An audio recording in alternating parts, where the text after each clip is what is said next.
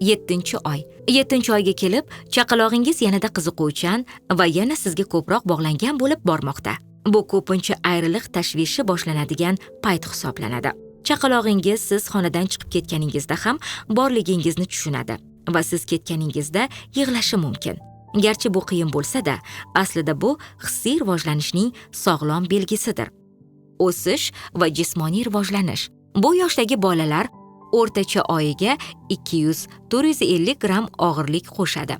Bo'yi taxminan 1-1,5 santimetr o'sadi. Bosh aylanasi oyiga 0,5-0,6 santimetr kattalashadi. O'sish barqaror davom etadi, lekin dastlabki 6-oydagiga nisbatan sekinroq kechadi. Rivojlanish bosqichlari. Yirik motorik qobiliyatlar. Oldindan orqaga va orqadan oldinga bemalol dumalay oladi. Oldinga egilgan holatda oz muddat o'tira oladi va bu bosqichda farzandingiz o'zi mustaqil o'tira olishi mumkinligini ko'rsatishi mumkin. Tayanch bilan tikka turganda sakray oladi.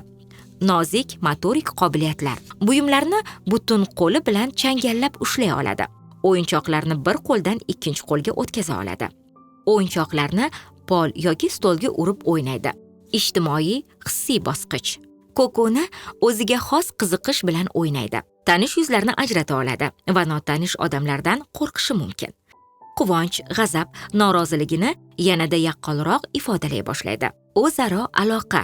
Baba, dada kabi ikki bo'g'inli tovushlar chiqara oladi. O'z ismiga munosabat bildiradi. Sizni ovoz ohangingizni takrorlashga harakat qiladi.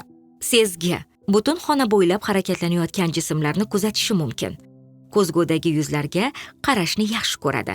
Nima narsaga e'tibor berish kerak? Agar chaqalog'ingiz 7-oyda quyidagilarni ko'radigan bo'lsa, shifokoringizga murojaat qiling. Orqadan oldinga dumalay olmasa, boshni barqaror ushlab tura olmasa, buyumlarga yoki insonlarga qiziqish bildirmasa, tovushlarga javob qaytarmasa, ota-onalarga maslahatlar. Yostiqqa tayanib o'tirishga chaqalog'ingizni undang. Shaqillaydigan, piramida qilib taxlanadigan, turli xil naqshli o'yinchoqlar berishga harakat qiling. Rasmli kitoblarni bering. Buyumlarning nomini o'rgatishga harakat qiling.